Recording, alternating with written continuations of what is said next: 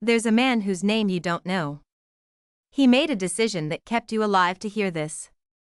3 times, he stood between the world and annihilation. 3 times, he chose doubt over certainty. And when he died in 2017, almost nobody noticed. His name was Stanislav Petrov. He wasn't a general. He wasn't a politician. He was a lieutenant colonel in the Soviet Air Defense Forces, and on September 26, 1983, he was sitting in a chair 40 meters underground, staring at a screen that told him the United States had just launched 5 nuclear missiles at the Soviet Union. Protocol was clear. If the early warning system detected an American first strike, Soviet doctrine demanded immediate massive retaliation.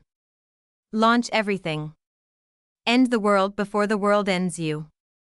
The entire chain of command was built around one assumption: if the missiles are coming, there is no time to think. Petrov had approximately 4 minutes to decide. But before we get to what he did, you need to understand how impossibly fragile the system was. Because this wasn't the first time. And it wouldn't be the last. Let's start with number 5. The least known. The one that almost happened before Petrov was even born. November 1950. Korea. General Douglas MacArthur is pushing north.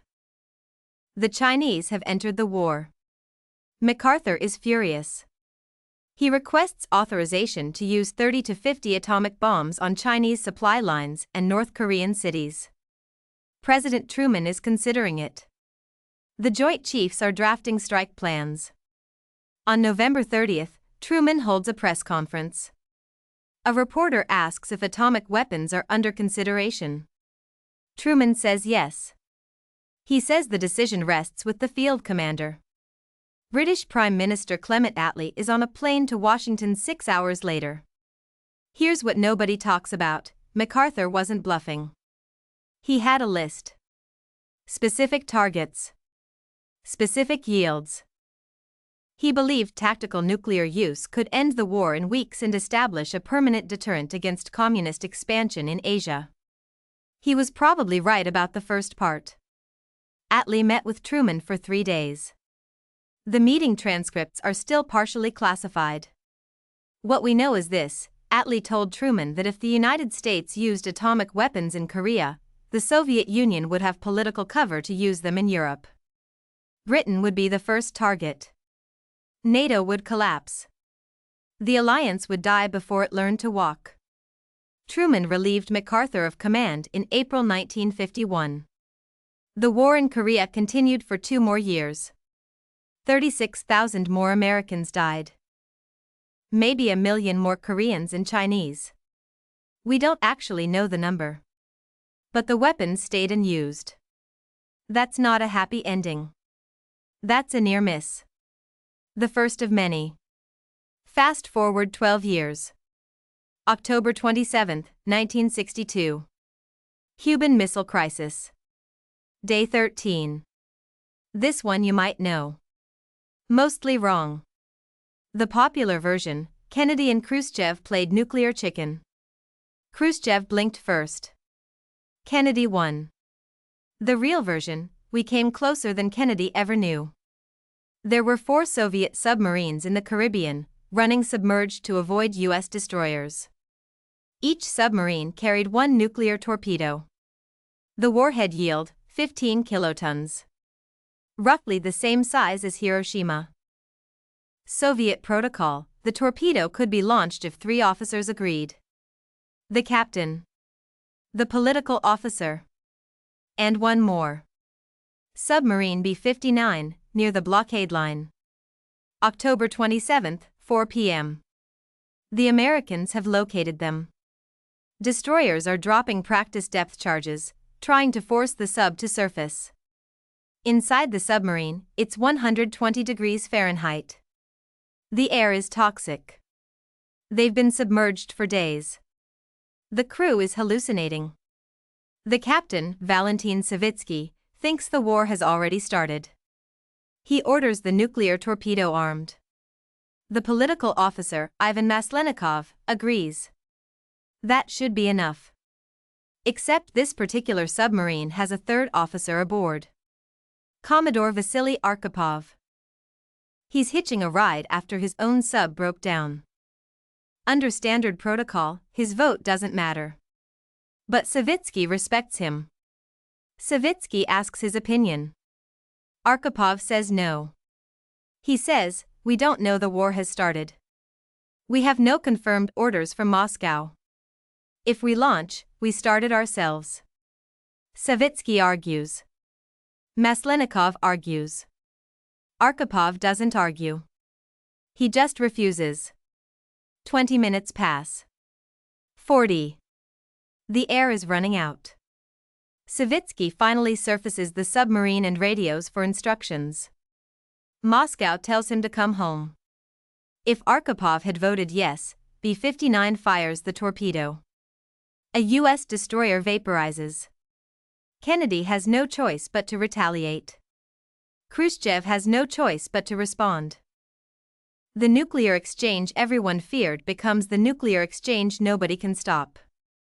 Arkhipov went back to his normal duties. He never spoke publicly about the incident. It was declassified in 2002, 40 years later, during a conference in Havana. By then, Arkhipov had been dead for 4 years. Now, here's the thing. Arkhipov was lucky. He had time. 40 minutes to argue.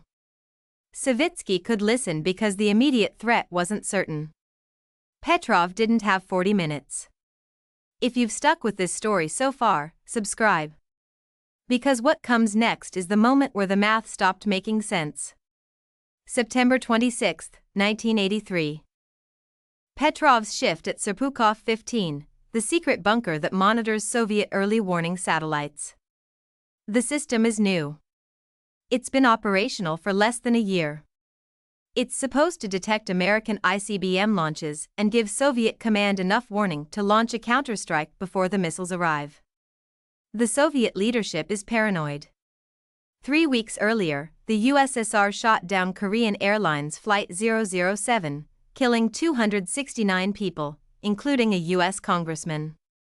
The Reagan administration is furious. NATO is running war games near the Soviet border. The Kremlin genuinely believes the Americans might use the exercises as cover for a first strike. Petrov stares at it. His stomach drops. Then, 2 minutes later, a second missile. Then a third. A fourth. A fifth. 5 missiles. Maximum confidence. Protocol says Petrov reports it immediately to Soviet High Command. High Command launches everything. The United States is hit by thousands of warheads. The United States responds. Europe burns. The Soviet Union burns. 3 billion people die in the first week. Petrov is holding the phone. His hand is shaking. He has maybe 2 minutes before someone above him starts asking why they haven't heard from him. And then he thinks, this doesn't make sense. If the Americans launch a first strike, they launch everything. Thousands of missiles. Overwhelming force. You don't start a nuclear war with 5 missiles. It's tactically insane. 5 missiles can't destroy Soviet command and control. They can't prevent retaliation. 5 missiles just guarantee you die second instead of first. The system says 5 missiles, maximum confidence. Petrov's training says trust the system. His gut says the system is wrong. He reports it as a false alarm. If he's wrong, Soviet leadership has no warning. The missiles hit. The USSR can't respond. Millions of Soviets die without firing a shot. If he's right, he just prevented a nuclear war by ignoring direct sensor data and trusting a hunch. He's right. It takes 20 minutes to confirm. The satellites mistook sunlight reflecting off clouds for missile exhaust. A systems glitch. A coincidence of angle and timing. The new satellites couldn't tell the difference. Petrov finishes his shift. He writes his report. He goes home. He is not promoted. He is not celebrated. In fact, he's quietly reprimanded. The official reason, his duty log was incomplete. The real reason, he made Soviet high command look at how close they came, and nobody wanted to look. He's reassigned to a less sensitive post. He retires early. He suffers a nervous breakdown. For years, nobody outside a small circle of Soviet military officers knows what happened. Here's what haunts me about Petrov. He didn't have Arkapov's 40 minutes. He didn't have Truman's advisors. He had 2 minutes, faulty data, and a chain of command screaming at him to follow protocol. And the reason he said no wasn't courage. It was logic. 5 missiles made no sense. So he bet the world on sense. That's not the behavior of a hero. That's the behavior of someone who understood the system well enough to see when it failed. Most people in that chair would have followed orders. Most people should have followed orders. Petrov got lucky that his specific kind of paranoia, his obsessive need for things to make tactical sense, aligned with reality. If this makes you think about how thin the margin is, share this video. Because we're not done. January 25, 1995. Norway. A research team launches a weather rocket to study the aurora borealis. Standard scientific mission. 4 stages. 35 kilometers altitude. They notify 30 countries in advance, including Russia. The notification doesn't reach the right desk. Russian early warning radar picks up the rocket. The trajectory looks wrong. It's headed up, not across. But the launch point is near Norwegian waters. The radar operators think this could be a submarine-launched EMP weapon, designed to blind our sensors before the real attack. The Russian military wakes up President Boris Yeltsin. Yeltsin has 10 minutes to decide. He opens the nuclear briefcase. It's the first and only time a Russian president has activated the Chaget, the nuclear command and control device. Yeltsin is staring at launch protocols. His advisors are shouting conflicting information. The rocket is still climbing. And then, 8 minutes after launch, the rocket reaches apogee and falls into the sea. Yeltsin closes the briefcase. The Norwegian research team has no idea this happened. They publish their aurora findings. It's a good paper. Yeltsin never speaks about it publicly. This one wasn't Petrov. Petrov is long retired. This one was just luck. The rocket fell before the 10-minute window closed. If it had stayed up 30 seconds longer, if its trajectory had wobbled east instead of west, if Yeltsin had been drinking that night or sleeping deeper or angrier about NATO, we don't know. Nobody made a decision. Time just ran out in the right direction. 3 times. 3 near misses. Petrov died on May 19, 2017, in a small apartment outside Moscow. He was 77. Most of his neighbors didn't know who he was. His pension was small. He lived alone. The German media reported it first. Then the Americans. The Russian government said nothing. There's no statue. There's no memorial at Serpukhov 15. The bunker itself is abandoned now. The new early warning systems are elsewhere. More sophisticated. Harder to fool. Probably.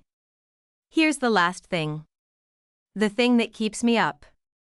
We know about Petrov because the Soviet Union collapsed and the story leaked. We know about Arkhipov because academics interviewed aging submariners 40 years later. We know about Yeltsin because someone in the Norwegian government finally asked the right question. How many times did it almost happen when nobody refused? How many times did the system fail and the person in the chair followed orders and the missiles didn't launch anyway because of a second failure further down the chain? How many Petrovs are there that we don't know about because the only evidence would be the absence of the world? We built a system that assumes perfect information and instantaneous decision-making. And then we put human beings in the middle of it, human beings with imperfect information, stress, fear, and 4 minutes to decide. And somehow, so far, every single time it broke in a way that almost killed everyone. One person looked at the data and said, "This doesn't make sense." One day, maybe the person in the chair won't say that. Or maybe the data will make sense, and they'll be wrong to doubt it. Petrov saved the world because 5 missiles seemed like too few. What happens when the number is right? If you made it this far, subscribe. And tell me in the comments, do you think we've just been lucky? Or is there something about the people who end up in that chair, the ones who make it through the filters and the training and the vetting, that selects for the kind of person who hesitates when they're supposed to act? I don't know the answer. I don't think anyone does. Petrov didn't either. He just knew 5 missiles made no sense. And he was right.